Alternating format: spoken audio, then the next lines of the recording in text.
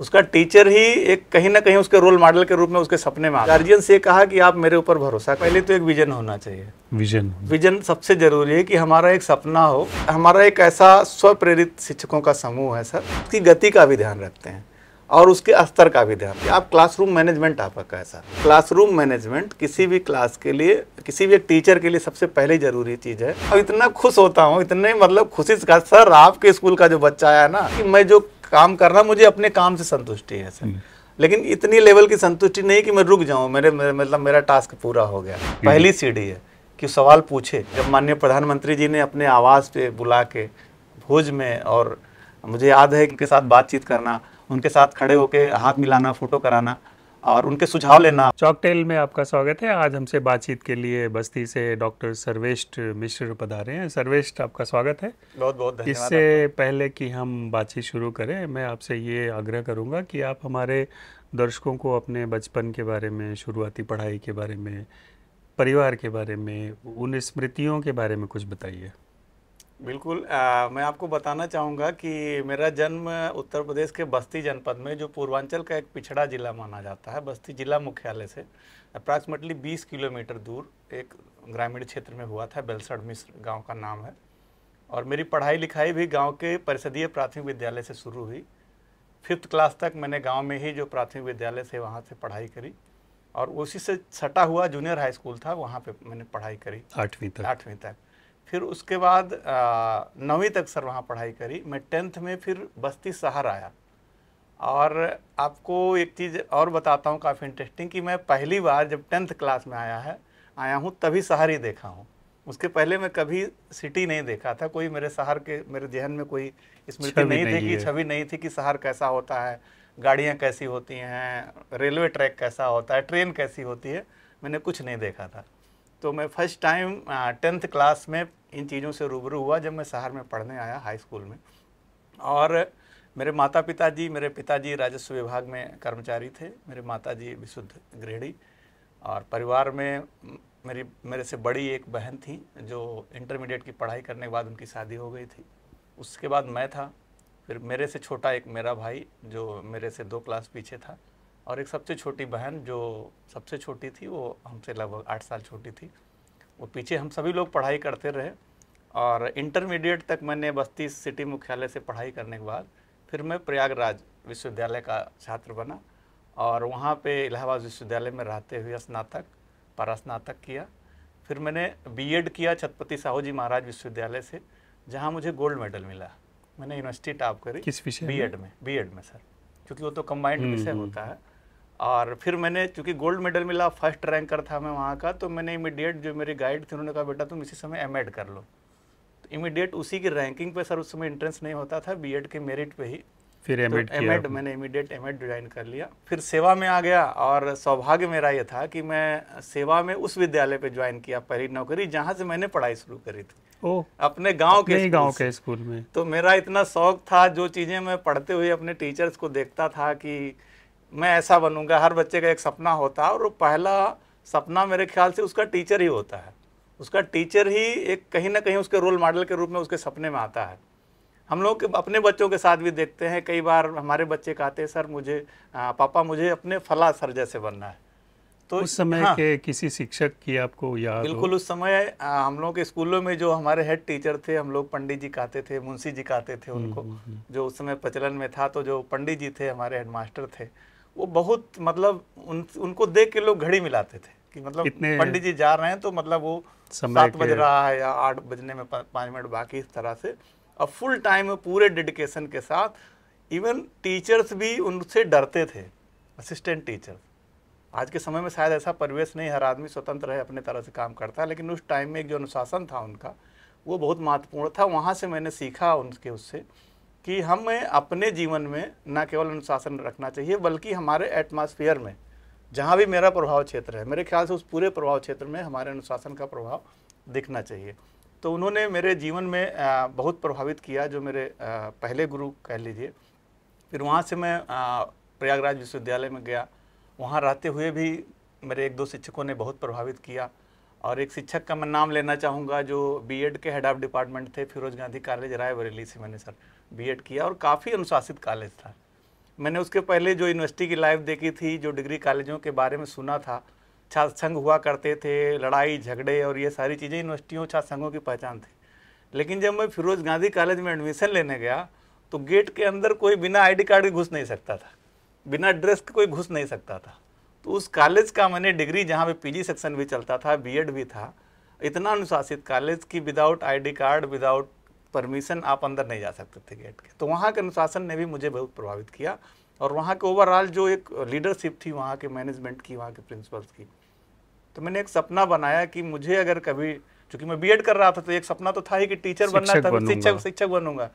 तो मैं सोचा कि अगर मुझे कभी मौका मिला तो मैं अपने संस्थान को, अपने इंस्टीट्यूट कुछ को इस तरह से बनाऊंगा। पहले आप सहायक बने जी अपने गांव के स्कूल में। ये कब की बात है? ये बात है सर 2004 में मेरा चयन हुआ, तो मैं 2005 में हम लोग फर्स्ट में। और फिर आप प्रधानाध्यापक बने, कब बने? अब सहायक की भी सर एक मैं आपको कहानी सुनाना चाहूँगा। जब मैं सहायक बना तो उस स्कूल में हमारे एक हेडमास्टर थे, मुंशी जी थे, गाँव के ही थे मेरे, और वो बहुत मेहनती थे। उनकी भी वही थी, सुबह आते थे अपना सारी चीज़ें। और उस स्कूल में सर रिकॉर्ड है 816 बच्चे पढ़ते थे। अच्छा। बट जब मैं आया तो 600 के आसपास थे। बच्चे बहुत थे, टीचर्स नहीं थे। उनके अलावा केवल उस स्कूल में 2 शिक्षा मित्र थे, कोई असिस्टेंट टीचर नहीं था।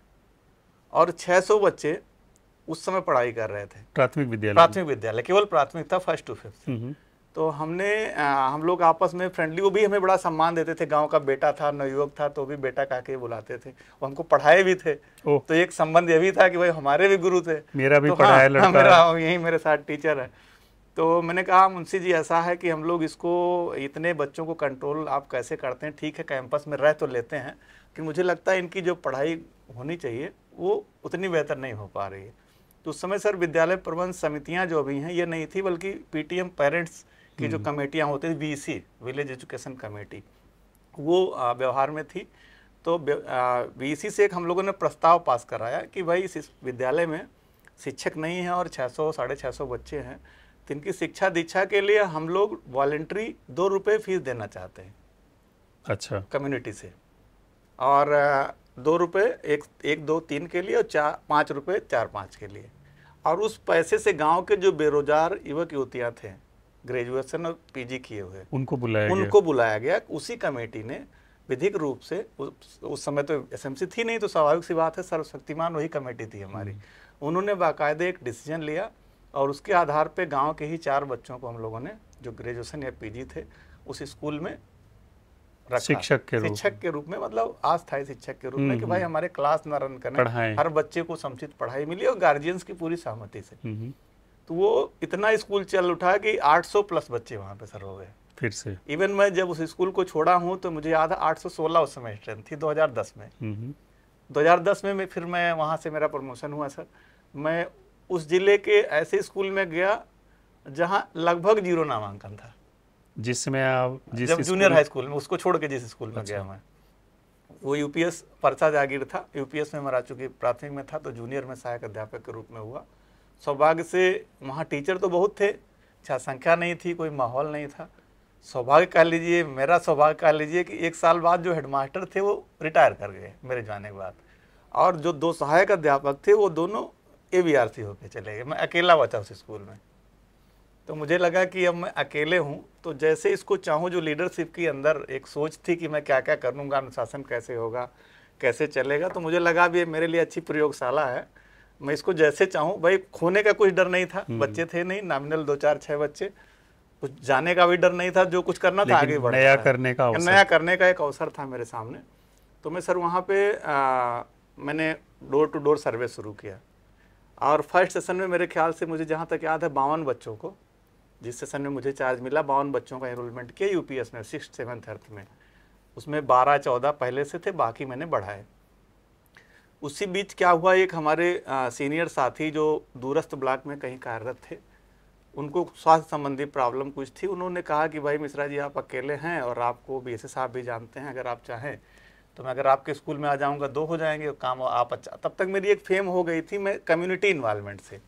मैं क्या कर रहा था सर, मैं स्कूल आवर में स्कूल करता था, उसके बाद मैं बस्ती शहर के कुछ व्यवसायियों के पास, कुछ अपने मित्र जो अधिकारी हो गए थे, जो कर्मचारी थे अलग, उनके पास मैं जाता था कि भाई मैं इस सरकारी स्कूल का प्रिंसिपल हूँ, आप मेरे स्कूल में कुछ एक चीज़ डोनेट कर दो, बच्चे 50 बच्चे गरीबों के पढ़ते हैं, उनको हम अच्छे से शिक्षा दीक्षा दे पाएँ। तो वो लोग धीरे धीरे, कोई खेल का सामान दे रहा था, कोई जो है लाके कुछ स्कूल में पेंटिंग करा दे जन रहा था। सहयोग जन से। सहयोग, मैंने जन सहयोग की जो प्रयोगशाला वहाँ से शुरू करी थी टीचर के रूप में, यहाँ हमने काइंड्स के रूप में उसको आगे बढ़ाया परसा जागीर में, और प्लांटेशन हुआ। ये सारी चीज़ें जब करी तो स्कूल का एक वातावरण बदल गया, स्कूल की बिल्डिंग अच्छी दिखने लगी।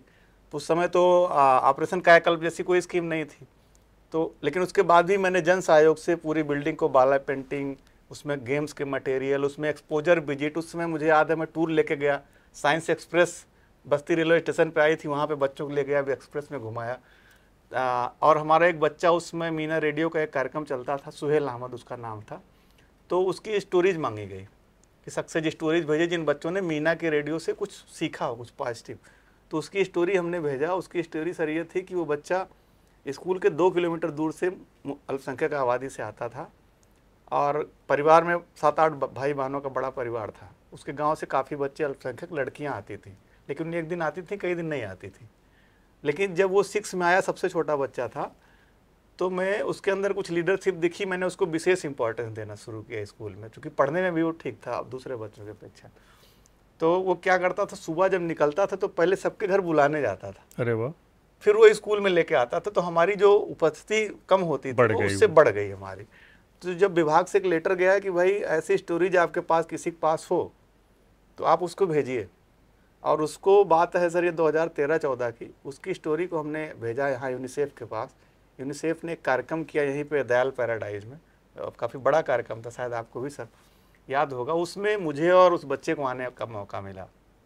तो एक काफ़ी मतलब नई चीज़ वो जुड़ी कि एक एक्सपोजर मिला राज्य के स्तर पे मुझे भी और उस बच्चे को, और मीडिया से लेके समाज से लेके ने काफ़ी अप्रिसिएट उसके बाद मिला कि एक गांव का प्राइमरी स्कूल का बच्चा 5 स्टार होटल में जाके 2 दिन पहुंच सकता है, ले जाया जा सकता है। और कम्युनिटी ने भी हमको और वो करना शुरू किया, सहयोग करना शुरू किया। तो उस उच्च प्राथमिक विद्यालय से फिर मैं सर 5 साल वहाँ रहा उस तत्कालीन उसके बाद फिर ये जो हमारे 2 साथी ABRC होके गए थे वापस लौट आए। एक मेरे ऊपर हेडमास्टर, वहाँ परमानेंट हेडमास्टर, चूँकि मैं कार्यवाहक था वहाँ पे, जब तक कोई प्रिंसिपल नहीं था, हेडमास्टर पोस्ट हो गए, 1-2 टीचर नए भर्ती हो गए, छात्र संख्या उस एवरेज में थी नहीं वहाँ पे। जिलाधिकारी महोदय ने विजिट किया, लोगों ने बताया कि भाई ये स्कूल काफ़ी अच्छा है, मेरे बारे में अच्छा फीडबैक दिया, तो उन्होंने कहा इस टीचर को कोई नया स्कूल दे दो, उसको फिर बनाया। आप तो फिर मुझे वहाँ से मुड़घाट भेज दिया गया, जिसमें आप अभी हैं। और मुड़घाट, हाँ सर ये सर 2016 की बात है, 2016 की बात है। जब मैं मुड़घाट आया तो मैं कभी उस स्कूल में गया नहीं था पहले, उसके पहले मुझे नहीं पता था कहाँ है क्या है। उन्होंने BSA साहब से कहा होगा कि भाई आप ख़राब स्कूलों की सूची दे दो मुझे 4-5। BSA साहब ने कहा कि भाई DM साहब आपको पुरस्कार देना चाहते हैं कि दंड आप जानो, लेकिन हमसे मांगा गया है। तो आपके तो आने से और अब में कितना बदलाव हुआ सर्वेस्ट? सर मेरे आने के समय की मैं आपको परिस्थितियां बताऊं कि जब मैं मुड़घाट ज्वाइन किया तो वहाँ पैदल जाने का रास्ता नहीं था। आप हाईवे से केवल और केवल पैदल जा सकते थे, आप साइकिल से भी नहीं जा सकते थे, क्योंकि कागज में भी कोई रास्ता नहीं था, उस पर बनता कैसा। दूसरी चीज़, पुरानी जर्जर बिल्डिंग थी, वो गोल मंदिर जैसे वाली थी, और उसमें कभी जैसे कोई पेंटिंग नहीं हुआ हो या कोई साज सज्जा के नाम पे 19 बच्चे मुझे पहले दिन उस स्कूल में मिले थे। 1 से 5? हाँ, 1 से 5 तक। उनकी मैंने फ़ोटो, पहले दिन की फ़ोटो अपने सोशल मीडिया से लेके, इवन मेरा जब नेशनल अवार्ड के लिए प्रेजेंटेशन हुआ तो उसमें भी मैंने लगाई कि ये मुझे बच्चे वहाँ पे मिले थे, उन रास्तों की, उस मूल बिल्डिंग की जो मुझे फर्स्ट डे मिला था। तो DM साहब ने मुझे भेजा, मेरे एक ABRC थे, उन्होंने कहा मिश्रा जी आपका बहुत गलत जगह हो गया, आप यहाँ कुछ कर नहीं पाओगे, क्योंकि ये शहर का स्कूल है, ये तो चुनौती है। और ये शहर में आसपास सर उस विद्यालय के 1 किलोमीटर रेंज में कम से कम 10 स्कूल थे, उसमें 100 रुपये महीने वाले भी थे और 2000 रुपये महीने फीस वाले भी। तो जिसकी जो क्षमता थी अपने बच्चे को यहाँ करा ले रहा था। उन्होंने कहा ये बहुत बड़ा चैलेंज है। और सर मैं उस समय एक अधिकारी का नाम लेना चाहूँगा, मेरे राम सर BSA थे, वो मेरे स्कूल में फर्स्ट टाइम 4-5 दिन बाद, चूँकि DM के कहने पे उन्होंने किया था, तो DM साहब रिपोर्ट लेते रहे होंगे कि उस स्कूल में क्या हो रहा है। तो वो मेरे स्कूल को फर्स्ट टाइम देखने आए तो हम 15-17 एडमिशन नए कर चुके थे, उन बच्चों के साथ बैठे थे राउंड में। तो आए तो मैं तो पहचान रहा था, मैं उठ के गया, मैंने प्रणाम किया, आए बैठे, सारी चीज़ देखे, गाँव की लोकेलिटी वगैरह। उन्होंने कहा कि भाई सर्वेश, तुम हरेस ना होना इस स्कूल में, परिस्थितियाँ तो बहुत विकट हैं, ठीक है, लेकिन मैं जितना यहाँ का देख रहा हूँ ना, यहाँ स्कोप भी उतना अच्छा है, लगे रहो। हाँ लगे रहना, तुम हरेस टूटना नहीं, बाकी मैं हूँ। तो उन्होंने मुझे वो संबल दिया और सर विद इन मंथ, मतलब मैं 16 जुलाई को ज्वाइन किया था, 31 जुलाई को मेरी छात्र संख्या 155 थी। 27 से? हाँ 19 से सर, 19 से 150। हम लगभग 250-300 घरों में गए। मैं ऐसे एक पत्रक छपाया, अभी भी वो मेरे ख्याल से ऐसे उस नेचर के पत्रक में हर साल छपाता हूँ अपने विद्यालय के लिए, इस साल भी मैंने छपाया है। और उसमें पूरे स्कूल के लिखे कि मेरे सपने क्या हैं, मैं कैसे बनाना चाहता हूँ। और गार्जियन से कहा कि आप मेरे ऊपर भरोसा करिए, जो बच्चा आपका प्राइवेट स्कूल में पढ़ रहा है उसको मुझे दीजिए, अगर मैं आपको 1.5 से 2 महीने में उससे बेहतर नहीं दूंगा तो उसकी फीस भी मैं जमा करूंगा और जिस स्कूल में आप कहेंगे वहाँ एडमिशन कराऊंगा। मुझे ये आत्मबल था कि मैं ये चीज़ कर ले जाऊंगा, क्योंकि मुझे पता था प्राइवेट स्कूलों के टीचर हमसे ज़्यादा पढ़े लिखे नहीं हैं, या जो मेरे पास टीम है उससे ज़्यादा योग्य नहीं है। अगर वो अच्छा काम कर सकता तो हम क्यों नहीं कर सकते। तो गार्जियंस ने भरोसा किया, और एक जिलाधिकारी महोदय का, बीएसएस सर का भी एक आत्मबल था मेरे ऊपर, एक भरोसा था। उनके नाम को भी हमने कहा कि चूँकि डीएम साहब ने इसको अडॉप्ट किया है और उन्होंने मुझे टास्क दिया है, तो सुविधाएं भी यहाँ पे आ जाएंगी, रास्ता भी बन जाएगा, बिल्डिंग भी बन जाएगी। और पब्लिक ने भरोसा किया। मेरे ख्याल से 1 महीने के अंदर 31 जुलाई की जो छात्र संख्या मेरी थी वो 155 थी। फिर मैंने एडमिशन क्लोज कर दिया उस साल के लिए, क्योंकि मेरे पास केवल 2 शिक्षा मित्र थे, मैं था, तीसरा कोई नहीं था। तो मुझे लगा हम एडमिशन ही अगर 300 कर लेंगे तो क्वालिटी नहीं दे पाएंगे, अगर हम एक बार झूठे हो गए तो जनता हमारे ऊपर भरोसा नहीं करेगी। मैं फिर उसको करके फिर टीचर्स के लिए विभाग से मैंने बीएसएस सर से रिक्वेस्ट करी, डीएम सर से रिक्वेस्ट करी, लेकिन इसी बीच डीएम सर का ट्रांसफ़र हो गया। तो नए डीएम सर आए, उनसे कोई जान पहचान तो थी नहीं, फिर भी मैं अपने उसमें लगा रहा। बीएसएस साहब भी चले गए, फिर नए बीएस आए, उनसे मैंने कहा, उन्होंने भी एक तरह से हल्के में लिया कि अरे टीचर कहाँ ट्रांसफ़र हो रहा है, ट्रांसफ़र होगा नहीं, कैसे टीचर। इत्तेफाक से एक नए डीएम साहब आ गए, पीएन सिंह सर, जो बाद में लखनऊ विकास प्राधिकरण के प्रभु नारायण सिंह सर जो वीसी रहे हैं सर। मैं 31 मार्च था और मैं 27 मार्च को उनके ऑफिस में एक अपना रिक्वेस्ट लेटर लेके घुसा, सीधे बिना किसी बीएसए साहब को इंटीमेशन दिए कि सर मैं टीचर हूँ सरकारी स्कूल का, और मैंने अपने स्कूल में वार्षिकोत्सव किया है और मैं चाहता हूँ आप उसमें आएँ। अच्छा। तो वो अपने रूम से सर निकल रहे थे, इवन गेट पे पहुंच गए थे, लेकिन जब मैंने अपना परिचय दिया, मैं टीचर हूं, मैं 2 मिनट आपसे कहना चाहता हूं, तो फिर अपनी सीट पे लौट के गए और उन्होंने मेरी बात सुनी। वो मैंने उनको अपना रिक्वेस्ट लेटर दिया, बोले आप सरकारी टीचर हो, सरकारी स्कूल में वार्षिकोत्सव है, मैं पहली बार सुन रहा हूँ। नहीं बिल्कुल सर 31 को है, क्योंकि 31 को तो बड़ा हैट्रिक डे होता है, बजट लास्ट डे होता है उसका। फिर भी ना बीएसए साहब को फ़ोन मिलवाया, बोला बीएस साहब आपके एक टीचर आए हुए हैं और आप 31 तारीख को मुझे याद दिलाइएगा और लेके चलिएगा, मैं इस कार्यक्रम में। बीएसए साहब नाराज नहीं हुए? बीएसए साहब का नाराज तो नहीं हुए, क्योंकि उनको लग रहा था कि डीएम साहब के पास पहुंच गए हैं तो हो सकता है किसी संबंध से पहुंचे हों। बट उन्होंने कहा ठीक है हम साहब लेके आएंगे। फिर सर 31 तारीख को आए और मैंने पूरा टेंट लगवाया, पूरी साज सज्जा करी, पूरा बच्चों का कल्चरल तैयार कराया और पूरे 2.5 घंटे रहे सर। उसकी वीडियोस भी हमारे यूट्यूब चैनल पे तभी से पड़ी हुई। उन्होंने जो बोला बहुत उत्साहवर्धक था। उन्होंने सर्वेश क्या चाहिए? उन्हें सर कुछ नहीं चाहिए, केवल टीचर दे दीजिए, केवल टीचर दे दीजिए। अगले दिन बीएसए सर ने 2 टीचर मेरे यहाँ फिलहाल अटैच कर दिया उनको। तो उनके साथ रहते हुए मैंने वो सारे इनोवेशंस, वो सारे एफर्ट जो मैं चाहता था, जो चीज़ें बच्चों में लाना, वो मेरे बहुत अच्छे कुलीग थे दोनों टीचर्स, उनके साथ मैंने सारी चीज़ें इम्प्लीमेंट कर ली। सर्वेस्ट, मैं आपको रोकता हूँ। आपने अपने 3 स्कूलों का अनुभव हमें बताया कि कैसे कठिनाई से निकल के और उनको एक जगह पहुँच ले जाने की कोशिश हुई और आप उसमें कामयाब भी हुए। एक स्कूल को प्रभावी ढंग से चलाने के लिए कौन कौन से कारक हैं, कौन कौन से इंग्रेडिएंट हैं या वो उपाय हैं जिसको आप लागू करें? तो देखिए सर, एक शिक्षक का पहले तो एक विजन होना चाहिए। विजन सबसे ज़रूरी है कि हमारा एक सपना हो कि हम अपने स्कूल को, जिस भी संस्थान में हम काम करते हैं, हम अगर मेरे सामने एक बच्चा है, मेरे सामने एक क्लास है, तो हम अपने क्लास को कहाँ देखना चाहते हैं, हमारा विजन क्या है, कि स्कूल का विजन हमारा क्या है।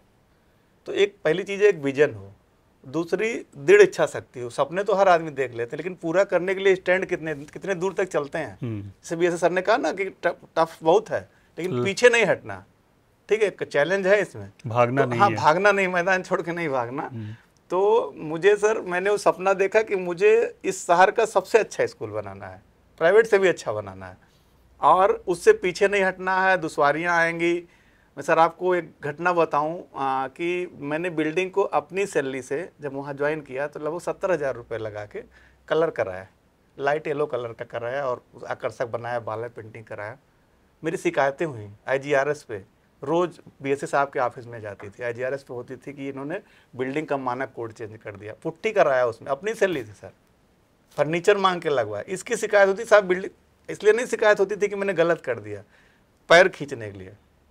तो उन शिकायतों से भी मैं जूझा हूँ। तो मुझे पता जब हम कैसे अलग रास्ते पर चलना चाहेंगे तो बहुत ऐसे ढेर सारे तो विजन होना चाहिए, विजन होना चाहिए, दृढ़ इच्छा शक्ति होनी चाहिए, भागना नहीं चाहिए, भागना नहीं चाहिए, और टीम वर्क होना चाहिए, टीम होनी चाहिए, टीम होनी चाहिए। बिना टीम के मैं चाहता, अगर मेरी टीम मेरे साथ नहीं चलती तो शायद मैं बहुत दूर, मुझे मजबूरी में भी पीछे हट जाना पड़ता। सर्वेश, आप प्रधानाध्यापक हैं। प्रधानाध्यापक को मैं एक कैप्टन की तरह देखता हूँ। फुटबॉल मैच हो रहा है और उसमें कैप्टन को खेलना भी रहता है और अपने बाकी साथियों को खेलने देने का मौका भी देना होता है, उनसे सबसे अच्छा प्रदर्शन भी करवाना रहता है। ये भी एक चैलेंज रहता है ताकि वो मैच जीता जा सके। तो पढ़ाई जो है मैच नहीं है, मैं जानता हूँ इस चीज़ को, आप भी सहमत हो। लेकिन स्कूल में जो एक टीम है, आप अपने साथियों को कैसे इस बात के लिए प्रेरित करते हैं और कैसे उनका मोटिवेशन बनाए रखते हैं कि वो आपके साथ बिल्कुल लगे रहें और अच्छे से अच्छा प्रदर्शन दें? सर, मोटिवेशन किसी भी व्यक्ति के जीवन में बहुत महत्वपूर्ण है। आप अगर हम अच्छा काम करते हैं, मुझे किसी ने झूठी तारीफ भी दे दी तो मुझे लगता है मैंने इतना कम अच्छा किया था, फिर भी मुझे सर ने ये बोल दिया, तो मैं थोड़ा उससे और अच्छा करने की कोशिश करते हैं। अब मैं इसका मतलब प्रत्यक्ष गवाह हूँ। मेरे जैसा व्यक्ति जिसको समाज ने, जिसको विभाग ने, जिसको लोगों ने छोटी छोटी, मैंने कोई छोटा इनोवेशन किया, सोशल मीडिया पे डाला, समाज 10 लोगों का वाह भाई बहुत अच्छा सर्वे, बहुत अच्छा, तो मुझे लगा बहुत अच्छा लगता है, फिर और आगे का सोचते थे। तो मोटिवेशन मैं अपने टीचर्स के साथ भी ये करता हूँ। मेरे स्कूल में कभी भी कोई कार्यक्रम होता है, कोई अधिकारी आता है, मैं उनको एक प्रशस्ति पत्र, अगर वो DM आ रहे हैं, CDO साहब आ रहे हैं, उनको छपा के रखा हूँ, नाम बढ़ता हूँ उसमें, किस कारण दिया जा रहा है उनको दिया जाता है। तो अच्छा काम करो और अच्छे काम की सराहना भी करो। तो केवल अपने लिए नहीं, मेरा मानना है कि हम अपने लिए तो हर आदमी जीता, अपने सर्टिफिकेट के लिए तो हर आदमी आ जाता है। और इस भाव को सर मैंने 2017 से, जब मुझे नेशनल अवार्ड नहीं मिला था, और आप उसके गवाह हैं सर, कि 2017 से मैंने पूरे प्रदेश में 2017 में 172 टीचर्स को सिद्धार्थनगर में बुला के वो सम्मान दिया। मुझे खुद सम्मान के लिए लाइन में खड़ा होना था, लेकिन मैंने उस कार्यक्रम को लीड करके, आदरणीय मनराम सर उस समय वहाँ BSA थे और कुणाल सिल्कू सर DM थे, 172 शिक्षकों को कपिल वस्तु महोत्सव में वहाँ पे सम्मान देने का काम हम लोगों ने किया। और 17 से आज तक 2024 तक हर साल 150 टीचर्स को एडू लीडर्स के प्लेटफॉर्म पे हम लोग, एडू लीडर्स सर क्या करते हैं इसमें? एडू लीडर्स हमारा एक ऐसा स्वप्रेरित शिक्षकों का समूह है सर, जिसमें सेल्फ वॉलंटियर टीचर हर जनपद से 75 जनपद, क्या आप तो दूसरे प्रदेशों से भी जुड़े हुए हैं, और हम लोग पर डे बच्चों के लिए कुछ कंटेंट बनाते हैं। अच्छा। लेकिन इसकी शुरुआत बच्चों के कंटेंट से ना होके कोविड के दौरान हुई सर। कोविड में जब लॉकडाउन लगा था, हमारे शिक्षक, हमारे बच्चे घरों में पैक हो गए, तो हम लोग लगा कि हम बच्चों तक कैसे पहुंच बना पाए। आप बिल्कुल अनिश्चितता थी, कब स्कूल खुलेगा, क्या होगा। उसी समय माइक्रोसॉफ्ट टीम से एक नया ऑनलाइन प्लेटफॉर्म आया था आपस में कनेक्ट होने के लिए, और हमने वो प्रयोग शुरू किया। और उस प्रयोग में न केवल उत्तर प्रदेश के सारे जनपदों के टीचर, बल्कि हमारा शिक्षा विभाग, यूनिसेफ के लोग, असर के लोग, सब लोग कनेक्ट हुए, और लर्निंग असेसमेंट पे हम लोगों ने लगातार 30 दिन की एक वेबिनार सीरीज शुरू करी। हमें लगा कि जब तक हम बच्चों को नहीं सिखा पा रहे हैं, तो अपने टीचर्स को इनरिच करें, कुछ उनको ऐसी चीज़ें सिखाएं जो अपने क्लास में। ICT की पहली वर्कशॉप हम लोगों ने लगातार 1.5 महीने तक करी, टीचर्स को सिखाया। और वो जो ICT की ट्रेनिंग दी सर, वो इतना वरदान साबित हुआ कोविड के सेकंड फेज में, कि हमारे टीचर्स खुद बच्चों तक पहुंच गए ऑनलाइन मोबाइल के सहारे और ऐसे ऑनलाइन प्लेटफॉर्म के सहारे। तो सर उसकी शुरुआत वेबिनार से हुई। हम लोग सौभाग्यशाली थे कि आपका भी आशीर्वचन हम लोगों को समय समय पे मिला, विभाग के सारे अधिकारियों का मिला, और आज की डेट में हम लोग लगभग 10 तरह का कंटेंट बनाते हैं बच्चों के लिए पर डे। इसे कहाँ देखा जा सकता है? इसे सर हमारी खुद की eduleaders.up.in वेबसाइट है, उसके अलावा सोशल मीडिया के ट्विटर पे, फेसबुक पे, और जितने भी चैनल्स हैं इंस्टाग्राम पे, हर जगह पे हम लोग पर डे वहाँ शेयर करते हैं। ऑनलाइन प्रेजेंस है। ऑनलाइन प्रेजेंस है, प्लस व्हाट्सएप ग्रुप हमारे 75 जनपदों के हैं सर, प्लस स्टेट का 2 ग्रुप है। तो स्टेट के ग्रुप में हजार ये लोग मैनेज कैसे होता है इतना सब? इसमें सर हमारे अलग अलग जनपदों में हमारे कुछ साथी हैं शिक्षक जो ही वॉलेंटरी हैं। शिक्षक ही हैं, उसमें कोई पेड व्यक्ति नहीं है, कोई फंड इसमें नहीं इन्वॉल्व है किसी तरह का। सब लोग, कोई एक पोस्टर बनाता है, कोई मॉर्निंग संदेश वाला बनाता है, कोई क्विज का बनाता है। सब लोग रात को 11 बजे तक हम लोग पोस्टर बनाते हैं, 12 बजे तक उसको कंपाइल करते हैं और सुबह उसको 5 बजे के आसपास एडमिन ग्रुप में डालते हैं। फिर एडमिन ग्रुप से हर एडमिन, हमारा 75 जनपद में 75 एडमिन है, वो अपने जनपद के ग्रुपों में लेकर चला जाता है। प्लस सोशल मीडिया के सारे मॉर्निंग में 6 बजे हम लोग 5-6 बजे तक सर्कुलेट कर देते हैं और उस चीज़ को हमारे शिक्षक साथी अपनी कक्षाओं में, अपने प्रार्थना सभा में इस्तेमाल करते हैं। तो एक तो हो गया सर। दूसरा इसका जो मेजर इवेंट होता है सर, हर साल हम लोग एडू लीडर्स यूपी अवार्ड के नाम से प्रदेश के 150 टीचर्स को सेलेक्ट करते हैं, वो भी ऑनलाइन एंट्रीज लेते हैं। उनकी, हमारे जो national awardee, state awardee teachers हैं मेरे जैसे, उनकी एक कमेटी हम लोग बनाते हैं वॉलेंट्री, वो उनको जजिंग करती है उनकी एंट्रीज से, उनके काम का मूल्यांकन करती है और उसमें से 150 टीचर सेलेक्ट करके हम लोग एडू लीडर्स यूपी का अवार्ड देते हैं। सर्वेश, एक सवाल मैं आपसे पूछना चाहता हूँ। ऑनलाइन की आपने ये व्यवस्था कर रखी है, कक्षा के अंदर आपने अनुभव किया होगा कि किसी एक कक्षा में जो बच्चे बैठे हुए हैं उसमें भी सीखने के कई स्तर पे बच्चे रहते हैं, तो इसको कैसे हैंडल किया जाए और कैसे देखा जाए इसको? पहले तो यही दिक्कत है कि पहले उनकी पहचान हो जाए, समझ हो कि हाँ, और दूसरे उनके लिए क्या किया जाए कि वो बच्चे जो अलग अलग स्तरों पे हैं वो एक सीखने का जो स्तर होता है सर, उसमें सीखने की जो मतलब उनकी स्टेटस बोलें, उसके अलावा एक चीज़ और होती है, सीखने की गति। हाँ, 2 चीज़ें होती दोनों हैं। चीज़ें एक तो ये हुआ कि मतलब हाँ, गति भी है। करेक्ट। तो मेरा मानना है कि, और हम करते भी ऐसे हैं कि हम उसकी गति का भी ध्यान रखते हैं और उसके स्तर का भी ध्यान रखते हैं। क्या करते हैं वही? उसके लिए हम क्लासरूम मैनेजमेंट, किसी भी क्लास के लिए, किसी भी एक टीचर के लिए सबसे पहले ज़रूरी चीज़ है कि हम अपने सारे टीचर्स को भी ये चीज़ क्लास में जाते हैं तो करते हैं कि आप क्लासरूम मैनेजमेंट आपका कैसा, क्लास में घुसने के बाद आप सीधे चाक डस्टर लेके बोर्ड पे ना खड़े हो जाओ। आप क्लास में देखो कौन सा बच्चा कहाँ बैठा है, उसके बगल में कौन सा बच्चा बैठा है। पता चला कि 4 बदमाश बच्चे एक साथ बैठ गए, 4 मिडिल रेंज के बच्चे एक साथ बैठ गए, कोई 4 सबसे लापरवाह बच्चों को सबसे पीछे बैठा दिया गया। तो मेरे ख्याल से ये क्लास का जो सीटिंग मैनेजमेंट है, इससे बच्चों में सुधार नहीं हो सकता। तो हम, मेरा खुद का अनुभव है कि हम एक, अगर बीच में हम अच्छे बच्चों को बैठा रहे हैं, उसके बगल में थोड़ा लोअर वाले को बुला दें, उसके बगल में एक मिला जुला क्लास रखें। ऐसा ना हो कि कमजोर होता चला गया और अच्छा तो अच्छा ही है, या मीडियम वाला भी कमजोरी हो गया क्योंकि उसको कंपनी नहीं मिली। तो एक तो क्लासरूम मैनेजमेंट, बच्चे एक दूसरे से सीख सकते हैं। हाँ, एक दूसरे से, क्योंकि टीचर से भी अपेक्षा करना कि अगर क्लास में 40 बच्चे बैठे हैं तो सेम टाइम 40 पे नजर रख पाएगा, ऐसा संभव होता नहीं। तो हमें बच्चे वो क्या करते हैं, बच्चे मार्गदर्शक की भूमिका में एक दूसरे, पीयर लर्निंग, एक दूसरे से सीखते हैं। अगर कुछ बच्चा गलत कर रहा होता तो वो बता देता है ये गलत कर रहा है, इसको सही करो। उसमें टीचर नहीं भी ध्यान दिया तो भी बच्चे का सही हो गया। तो पीयर लर्निंग का है।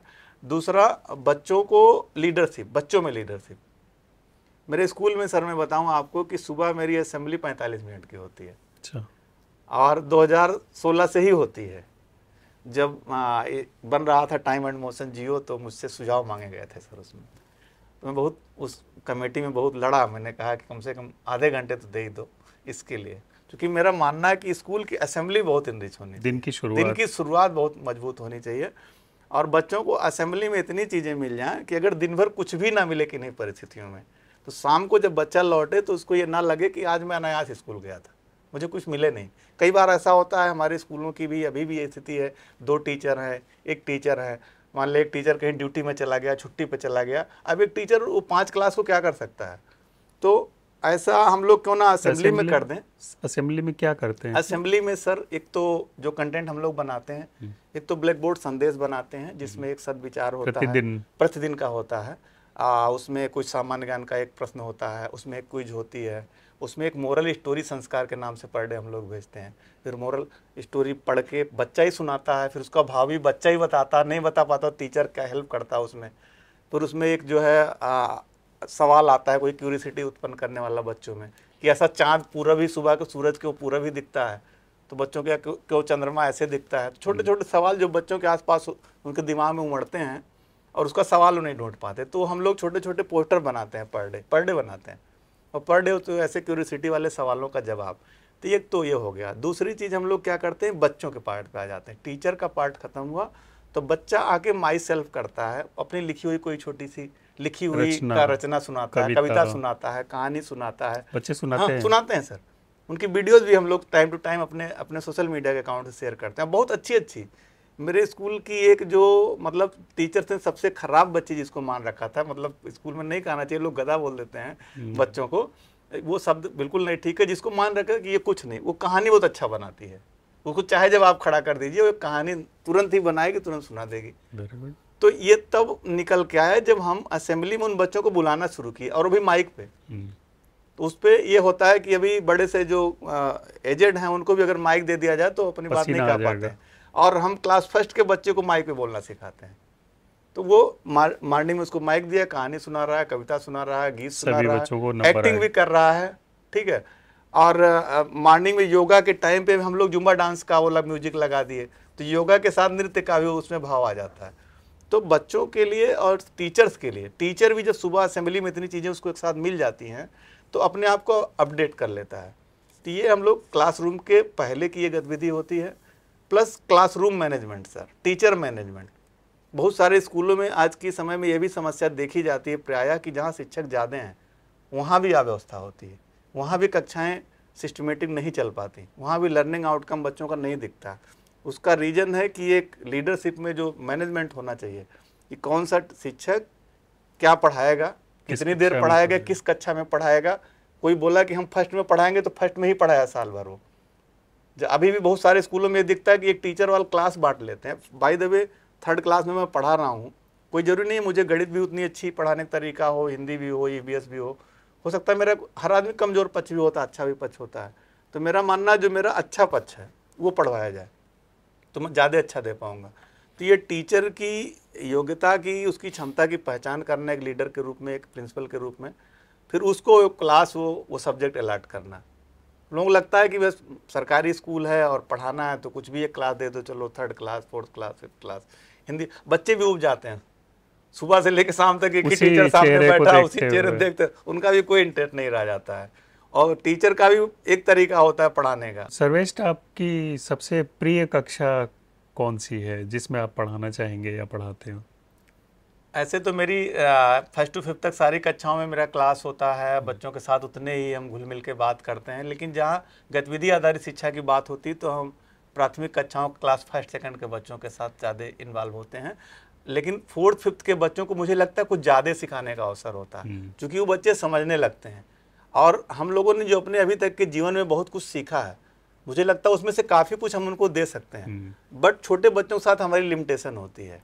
कक्षा 1 में जो बच्चे आते हैं उनकी कोई तैयारी नहीं रहती पहले से, तो कोई नर्सरी का या प्री प्राइमरी का कोई एक्सपोजर नहीं है, तो क्या करते हैं आप उनके साथ शुरू में? जो भी हम लोगों के पास जनरली अभी परिषदीय स्कूलों में जो भी बच्चे आते हैं वो एकदम राही आते हैं, मतलब बिल्कुल फर्स्ट टाइम, कई तो 90% बच्चे फर्स्ट जनरेशन लर्नर होते हैं, उनके पिताजी नहीं पढ़ी हैं, माताजी नहीं पढ़ी है, तो फर्स्ट टाइम स्कूल में आते हैं, उनके घर से भी कोई सपोर्ट नहीं होता। ऐसे कंडीशन में हम लोग उनको घर के भी वो सारी चीज़ें सिखाते हैं, चाहे स्वच्छता से रिलेटेड चीज़ें हो, चाहे पढ़ने से पूर्व की तैयारी हो, चाहे लिखने से पूर्व की तैयारी हो। और एक प्रयोग जो ये किया कि बच्चा जब भी पहले दिन हमारे पास आता है तो उससे हम लोग कुछ जो भी वो लिख सकता है, जो भी वो बोल सकता है, उससे लिखवाते हैं, उसको डॉक्यूमेंट करते हैं फर्स्ट डे, और उसको अपने पास सुरक्षित रखते हैं। फिर उसके आधार पे उसका मूल्यांकन टाइम टू टाइम करते हैं कि ये बच्चा जब मुझे 6 महीने पहले मिला था तो ये था स्तर, आज ये है, 2 साल बाद ये है, 5 साल बाद जब निकला है तो उसका स्तर ये है। और हम लोग ना केवल ऐसा करते, मैं अपने स्कूल में करता हूँ, बल्कि उसको सुरक्षित भी रखता हूँ। और सोशल मीडिया इस मामले में हम लोग को बहुत पॉजिटिव रोल उसने अदा किया है कि हम ऐसी चीज़ों को रख पाते हैं और हर साल उसको रिमेंबर कर पाते हैं कि लास्ट ईयर हमने इस बच्चे के साथ ये किया था आज के दिन। स्कूल के बाहर वातावरण में बहुत सारे बदलाव बहुत तेज़ी से हो रहे हैं। आपने सोशल मीडिया का नाम लिया, बच्चे भी उससे अछूते नहीं रहेंगे। तो आपका कोई विचार है इस बारे में, बच्चों को कैसे इससे दूर रखा जाए और बहुत ज़्यादा समय ना लगाएं इसमें और सोशल मीडिया के प्रभावों से बचे रहें? अभी एक्चुअली हम लोगों के पास जो बच्चे आते हैं वो अभी वो उतने करीब नहीं आए हैं, क्यों उनके घरों की परिस्थितियाँ बहुत गरीबी से, हाँ, तो बहुत गरीबी से गरीब परिवारों से आते हैं। हम लोग उनको स्कूल में ही इन चीज़ों से परिचय कराते हैं। उसके दूसरे पक्ष पे अगर मैं बात करूं तो प्रदेश का मेरे ख्याल से पहला स्मार्ट क्लास हमने 2016 में लगाया था, जो अपने स्कूल में प्रोजेक्टर स्मार्ट क्लास लगाया, कंप्यूटर्स लगाए और पहला बायोमेट्रिक सिस्टम 2016 में लगाया, तो बच्चों के साथ टैबलेट्स ले आया। तो ये सारी चीज़ें बच्चों के लर्निंग के लिए भी बहुत ज़रूरी है। जितनी कोई भी टेक्नोलॉजी जितनी नुकसानदायक है उससे कहीं ज़्यादा फायदेमंद भी है। इस्तेमाल कैसे हो रहा है? हाँ, तो उसका इस्तेमाल क्या है, अभी स्मार्ट बोर्ड है तो बच्चों को भी अच्छा लगता है। नॉर्मल क्लास में जो चीज़ें बताई जाती हैं बुक इस तरीके से, जब उनको खुद का बोर्ड टच करके वो कुछ चित्र बनाते हैं, कुछ उस पर इंटरेक्टिव कुछ करते हैं, तो उसका उनको लाभ मिलता है। दूसरी चीज़ें, मोबाइल चलाना, कंप्यूटर चलाना, ये समय की ज़रूरत है। वो शायद 10 साल बाद उस चीज़ को देख पाएँ अपने व्यक्ति, हो सकता है कभी ना देख पाएँ। तो हम उनको स्कूल में इन संसाधनों के माध्यम से, चाहे हमारे टैबलेट्स हैं, चाहे कंप्यूटर्स हैं, चाहे स्मार्ट बोर्ड्स हैं, उनको उसके प्रति भी प्रशिक्षित करते हैं। रही बात उनके दुरुपयोग को रोकने के लिए, दुरुपयोग ना करें, उस पर जो है उसकी गलत चीज़ों को उसके माध्यम से, आजकल यूट्यूब पे बहुत सारी नेगेटिव चीज़ें भी हैं, तो उससे कैसे बचें, उसके लिए चूँकि बच्चे बहुत छोटे हैं हमारे प्राइमरी स्कूलों में, तो जो थर्ड के बाद जब बच्चे पहुँचते हैं तो उनको उसके प्रति हाँ थोड़ी समझ विकसित हो जाती है सही अच्छे बुरे की। तो हम लोग उनको इसके लिए भी तैयार करते हैं कि आपको इन चीज़ों से डूज डोंट क्या करना है, क्या नहीं करना है, कैसे बचें इनसे। बच्चे की जो पृष्ठभूमि है, पारिवारिक पृष्ठभूमि, उसमें कई तरह की दिक्कतें हैं, भाव, आपने कहा ना फर्स्ट जनरेशन लर्नर है, तो एक तरह का नकारात्मक प्रभाव उन पे बना हुआ है। स्कूल की कोशिश है कि उसको सिखाया जाए, समझाया जाए, उसका व्यक्तित्व निखारा जाए। तो ये जो दोनों बातें हैं, इसमें आप क्या करेंगे या क्या करते हैं? मेरी असेंबली उसकी सबसे बड़ी ताकत है। मैंने भी आपको बताया, हमारी प्रार्थना सभा, हम लोग, आप विश्वास नहीं करेंगे, जब क्लास फर्स्ट में बच्चा आता है तो शुद्ध हिंदी नहीं बोल पाता, वो शायद हर तीसरे चौथी शब्द उसके मुंह से गाली निकलती है या कुछ ऐसी चीज़ें निकलती हैं, उसका कपड़े का पहनने का तरीका, उसकी साफ़ सफाई का। और वही बच्चा जब 5वीं पास करता है तो हम लोग खुद आश्चर्यचकित होते हैं कि ऐसे मुझे मिला था और इस रूप में जा रहा है। अब इस बार का हमारा विदाई समारोह 5 तारीख को बच्चों को था। मैं उनके साथ एक कार्यक्रम हर साल करता हूँ। उन बच्चों को जो 5th पास हुए रहते हैं उनको कुछ गिफ्ट देते हैं, कुछ अपनी तरफ से उनके आगे के भविष्य के लिए स्टेशनरी देते हैं और बहुत सारी चीज़ें। तो जनरली रोना तो हर बार टीचर के रूप में विदाई उनकी कठिन काम होता है हमारे लिए। इस बार मैं फूट फूट के रोने लगा सर, क्योंकि इस बार जो बच्चे थे, मतलब उनको फर्स्ट क्लास से, और कोविड के दौरान मेरे पास आए थे, 2020 में आए थे, और ऐसे ऐसे घरों से आए थे, मतलब अच्छे अच्छे घरों के बच्चे आ गए थे और गरीबतम भी आए थे, दोनों तरह के बच्चे थे। तो फर्स्ट टाइम वो 5 साल मेरे साथ मिनट टू मिनट बिताए हुए बच्चे निकल के जा रहे थे, फर्स्ट से लेके 5th तक। तो मैं इतना इमोशनली उन लोगों से जुड़ चुका था कि मैं मंच से मैं गिफ्ट दे रहा था, मैं रोने लगा, मैं मंच छोड़ के चला गया। फिर ऑफिस में फिर मेरे टीचर्स ने उस काम को पूरा किया। तो वो बदलाव मैं देख रहा था। ये बच्चा मुझे, जब वो बच्चा आ रहा था लेने, तो मैं देख रहा था ये उसका फर्स्ट वाला चेहरा मेरी नज़र में आ रहा था, जब पहले दिन मैं इसको घर से लेके आया था, जब इसके पेरेंट्स लेके आए थे। और आज जब ये बिल्कुल स्मार्ट बच्चा ये निकल के जा रहा है, बदल गया, तो वो बदलाव देखने बहुत आत्मिक खुशी होती है। एक टीचर के रूप में मेरे ख्याल से इससे अच्छी समय कुछ नहीं होता है कि जो भी मेरे सामने एक बच्चा है उसके जीवन में हम कैसे बदलाव लाएं, सकारात्मक बदलाव रहे और वो समाज में दृष्टिगत भी हो रहा हो। जो बच्चे आपके स्कूलों में पढ़े हैं जी, जब आप सहायक थे, फिर आप जूनियर स्कूल में गए और यहाँ आए हैं, तो वो कहीं अगर मिल जाते हैं तो कैसा लगता है? बहुत अच्छा लगता है। उसमें जो मेरा पहला विद्यालय था उसमें कई सारे बच्चे इंजीनियर हैं इस समय, और वो जब आते हैं गाँव पे तो मुझसे मिलने आते हैं, मुझे कॉल करते हैं। अच्छी मतलब भारत सरकार की नवरत्न कंपनियों में इंजीनियर हैं वहाँ से। और जो मेरा दूसरा, जिस लड़के की मैं जिक्र कर रहा था, एक दिन वो मेरे स्कूल पे मिलने आया, BSc कर चुका है। इत्तेफाक से मैं कहीं बाहर रहा हूँगा, स्कूल में नहीं था, छुट्टी पर रहा हूँगा, तो मुझे 2 घंटे टीचर्स ने बताया होगा सर है नहीं। फिर अगले दिन फिर आया, मैं चूँकि शायद लखनऊ ही रहा हूँ, कहीं रहा हूँगा, मुझे टाइम नहीं ध्यान आ रहा है। फिर उसने मुझे मेरा नंबर लिया, कॉल किया और बोला सर आपने मुझे बहुत वो किया और मैं अब इस लेवल पहुंच गया हूँ कि मैं अपनी ज़िंदगी को बहुत अच्छे से आगे बढ़ा सकता हूँ। तो बहुत अच्छा लगता है सर, वो बच्चे उनके परिवार जब आके, और एक चीज़ और होती है सर, हर साल जब बच्चे मेरे निकल के शहर के इंटर कॉलेजों में जाते हैं ना, तो उनके प्रिंसिपल्स का मेरे पास फ़ोन आता है, वो सबसे बड़ा, वो सबसे बड़ा, इतना खुश होता हूँ, इतने मतलब खुशी से कहा सर आपके स्कूल का जो बच्चा आया ना, मेरे स्कूल का स्कूल बॉय है, स्कूल गर्ल है, कितना बढ़िया आप सिखाते हैं। आज जब मैं यहाँ आ रहा था तो 1 घंटे विलम्ब इसलिए हुआ, शहर के एक प्रेस्टिजियस इंटर कॉलेज के प्रिंसिपल और उनके 2 असिस्टेंट टीचर मेरे विद्यालय में आए। सर्वेस्ट, अगर आपको कोई चीज़ पूछनी हो, जानना हो, कोई सलाह लेना हो, आप किसके पास जाते हैं? डिपार्टमेंट में कि किसी बारे में, अच्छा, पर्सनल या पढ़ाई लिखाई के बारे में आपका कोई? पर्सनल के लिए मेरे मतलब गुरु ही हैं, कोई नए शिक्षक ही हैं जिनसे मैं लेता हूँ, या 1-2 मित्र हैं जिनसे मैं बात करता हूँ। और परिवार में चूंकि मेरी पिताजी से बहुत कम बात होती है, बचपन में एक संस्कार का था और वो भाव अभी तक चला आया, तो उनसे बात करने की हिम्मत नहीं पड़ती, अभी भी नहीं पड़ती। मेरे ख्याल से अगर ज़िंदगी में जोड़ा जाए तो 4-5 घंटे पूरी लाइफ के निकलेंगे, बैठेंगे, हाल चाल एक बार हो गया, उसके आगे नहीं। बट मित्रों से या विभाग में अधिकारियों का मुझे बहुत संबल मिला, तो जब भी कोई डिपार्टमेंट की कोई समस्या आती है, कोई सुझाव लेना होता है, तो मैं उन लोगों को कॉल करता हूँ। व्यक्तिगत लाइफ में कुछ है तो मित्रों को उसमें सहयोग पूछते हैं। किसी का नाम लेना चाहेंगे? नाम एक विवेक मिश्रा जी मेरे साथ सहयोगी, मेरे मित्र हैं, काफ़ी अच्छे पारिवारिक रूप से भी और व्यक्तिगत तौर पे। और अधिकारियों में आदरणीय ललिता मैम हैं, और जो है यहाँ पे विजय के आनंद सर भी थे, उनके साथ भी, उनसे भी कई बात अपनी समस्या, आनंद पांडे सर भी हैं, तो उनसे भी अपनी बात कह लेता हूँ सर। आपको लगता है कि आप अपने प्रयास में सफल रहे हैं या अभी कुछ बाकी है? नहीं सर, सफलता का मूल्यांकन आदमी खुद नहीं करता, वो समाज करता है। अंदर से अंदर से हाँ ये आता है कि मैं जो काम कर रहा, मुझे अपने काम से संतुष्टि है सर, लेकिन इतनी लेवल की संतुष्टि नहीं कि मैं रुक जाऊं, मतलब मेरा टास्क पूरा हो गया। बहुत सारे हमारे टीचर साथी कहते हैं कि भाई आपको तो देश का सर्वोच्च अवार्ड मिल गया, फिर आप इतने यत्न क्यों करते हो, दूसरे टीचर्स के लिए रास्ता क्यों आप गलत बना रहे हो कि आप रोज नया एक प्रयोग कर दे रहे हो, उसको जो है फॉलो करना पड़ रहा है। तो मैं सर, मुझे लगता है कि ये जीवन जब तक है, और एक शिक्षक के रूप में खुद का सीखना भी जारी रखता हूँ। मैं देखता हूँ सोशल मीडिया पे बहुत सारे टीचर्स बहुत कुछ नया काम करते हैं, तुरंत मैं उसको अडाप्ट करता हूँ और उसको अपने स्कूल में अपने बच्चों के साथ करता हूँ, इम्प्लीमेंट करता हूँ।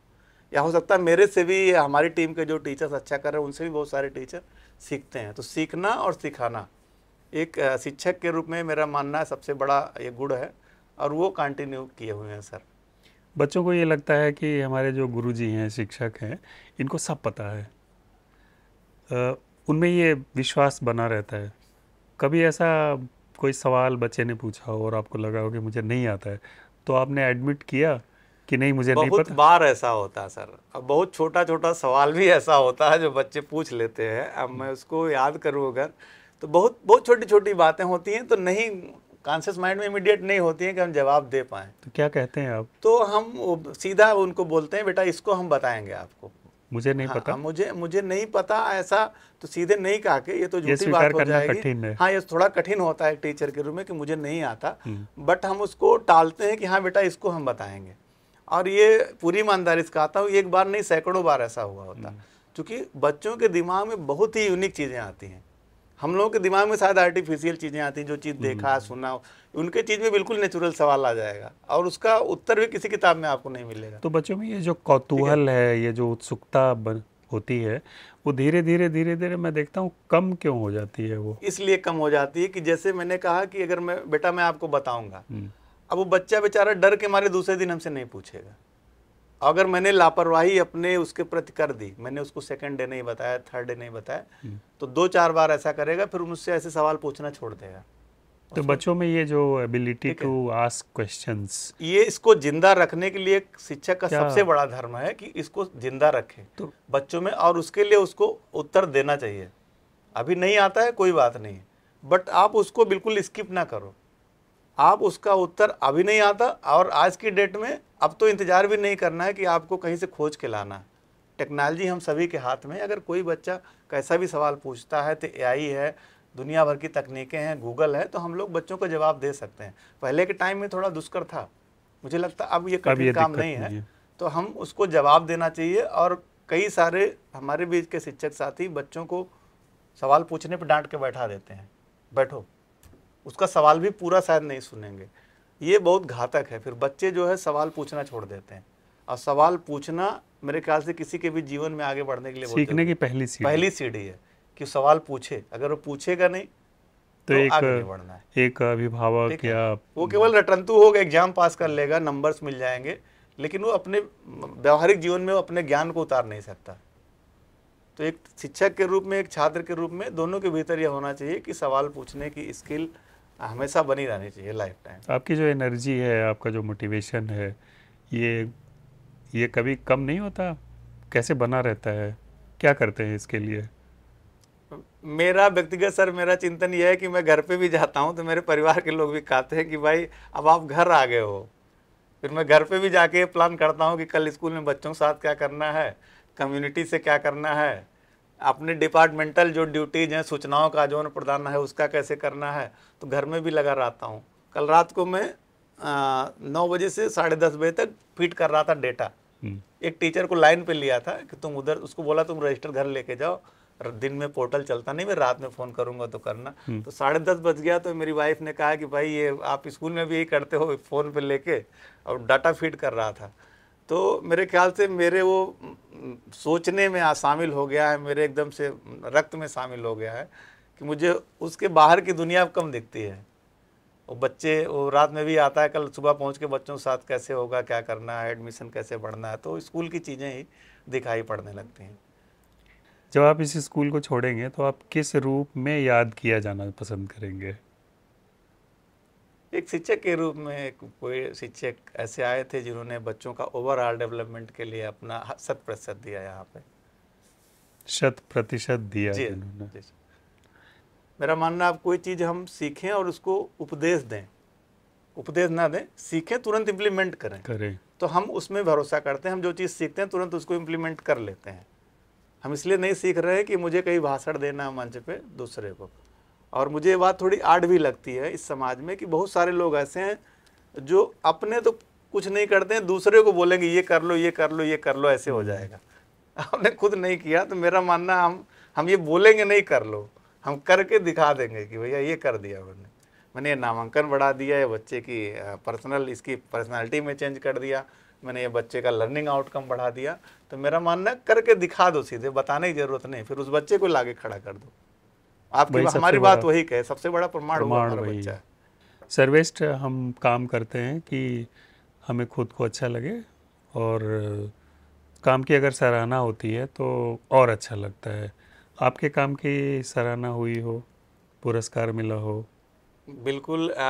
मेरे लिए, मैं बहुत सौभाग्यशाली हूँ कि मेरे ख्याल से जब भारत सरकार ने अपनी गाइडलाइन चेंज करी, नए टीचर्स को अवार्ड देने की परंपरा शुरू करी, तो पहला व्यक्ति मैं था जिसको सबसे कम अनुभव में नौकरी का कम अनुभव, 12 साल के एक्सपीरियंस में, और इकलौते व्यक्ति के रूप में नेशनल अवार्ड मिला, देश का जो सर्वोच्च राष्ट्रीय पुरस्कार है। उसके पहले 17 लोगों को, 18 लोगों को उत्तर प्रदेश से मिलता था, लेकिन जब मुझे मिला तो बेसिक माध्यमिक मिला के अकेले मिला मुझे।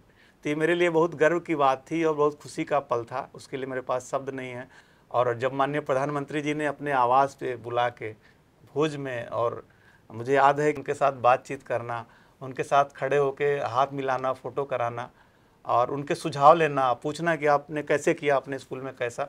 मेरे ख्याल से 2.5 घंटे हम लोग प्रधानमंत्री आवास में रहे।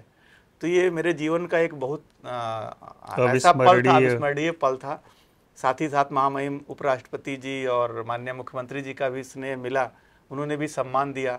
विभाग के हमारे सारे ऑफिसर्स ने जिले से लेकर राज्य स्तर पे टाइम टू टाइम वो सम्मान दिया, और इससे हमारे काम करने की जो एनर्जी थी वो और बढ़ती चली गई। मुझे लगता था कि इतने काम पे मुझे सम्मान मिल रहा है तो मेरी जिम्मेदारी बढ़ रही है, ख़त्म नहीं हो रही कि सम्मान मिल गया मैं बैठ गया। मुझे लगा एक सम्मान मिला तो अब इसका 1.5 गुना और करना है, और वो यात्रा अभी तक जारी है। और ये सम्मान निश्चित तौर पे किसी व्यक्ति के जीवन में पनिशमेंट वो काम कभी नहीं कर सकता जो सम्मान कर सकता है। सर्वश्रेष्ठ, अपने जीवन में आप कुछ बदलना चाहते हैं? कई बार मुझे गुस्सा ज़्यादा आ जाता है, मेरे व्यक्तित्व का एक नकारात्मक पक्ष है, और उसको मैं चाहता हूँ कि वो गुस्सा कई बार बच्चों पे आ जाता है, कई बार अपने परिवार में आ जाता है, कई बार मित्रों के साथ आ जाता है। क्योंकि जैसे मैं सोचता हूँ कि मैं सत्य बोल रहा हूँ या जैसे मैं चलना चाहता हूँ वैसे सभी लोग चलें, लेकिन समाज में ऐसा होता नहीं। तो मैं अपनी इस सोच में थोड़ा बदलाव करना चाहता हूँ कि मुझे गुस्सा कम आए, ये मैं स्वीकार कर पाऊँ कि मैं ऐसा भले सोच रहा हूँ, कोई ज़रूरी नहीं आप भी ऐसा सोचें। तो मुझे थोड़ा सा अपने व्यक्तित्व में बदलाव लाने की ज़रूरत है और मैं प्रयास भी कर रहा हूँ कि मैं धीरे धीरे समाज के साथ इस रूप में कनेक्ट हूँ कि उसकी कमियों के साथ उसको स्वीकार करूँ। शिक्षक ने व्यक्ति को बदल दिया है, ऐसा है? बिल्कुल, शिक्षक ने व्यक्ति को बदल दिया है निश्चित तौर पे। आइए एक छोटी सी क्लिप है सर्वेष्ट के बारे में, जो इनके कामकाज के आधार पर राष्ट्रीय शिक्षक पुरस्कार दिए जाने के समय शिक्षा मंत्रालय भारत सरकार द्वारा बनाई गई थी, उसे देखते हैं। डॉक्टर सर्वेष्ट कुमार, एक शिक्षक, एक क्रांतिकारी। उनके अथक प्रयासों ने मूल घाट के एक छोटे से स्कूल को एक मॉडर्न और मॉडल स्कूल बना दिया। 2016 में जब उन्होंने इस स्कूल की बागडोर संभाली, तब वहां केवल 19 बच्चे पढ़ते थे। वो घर घर गए, लोगों से बात कर उस स्कूल के वीरान आंगन को 235 बच्चों की हंसी से भर दिया। जन सहयोग से एक टूटी फूटी इमारत को एक खुशहाल स्कूल बनाया, अपने जिले की पहली स्मार्ट क्लास डेवलप की और 51 प्रकार के नवाचार प्रैक्टिस में लाए। मेरी इच्छा है कि मेरे स्कूल के जो बच्चे हैं वो शहर के जो टॉप क्लास के स्कूल्स हैं उनके बच्चों को ना केवल कंपेयर करें बल्कि उनको बीट कर सकें। डॉक्टर सर्वेष्ट कुमार को बतौर शिक्षक राष्ट्रीय पुरस्कार से सम्मानित किया। आज की इस बातचीत के लिए सर्वेष्ट आप आए, आपका बहुत आभार। और आपने अनुभव और अपने विचार हमारे दर्शकों से साझा किए। आपने अपने समय और ध्यान का हिस्सा हमें दिया, इसके लिए हम बहुत आभारी हैं। धन्यवाद। धन्यवाद।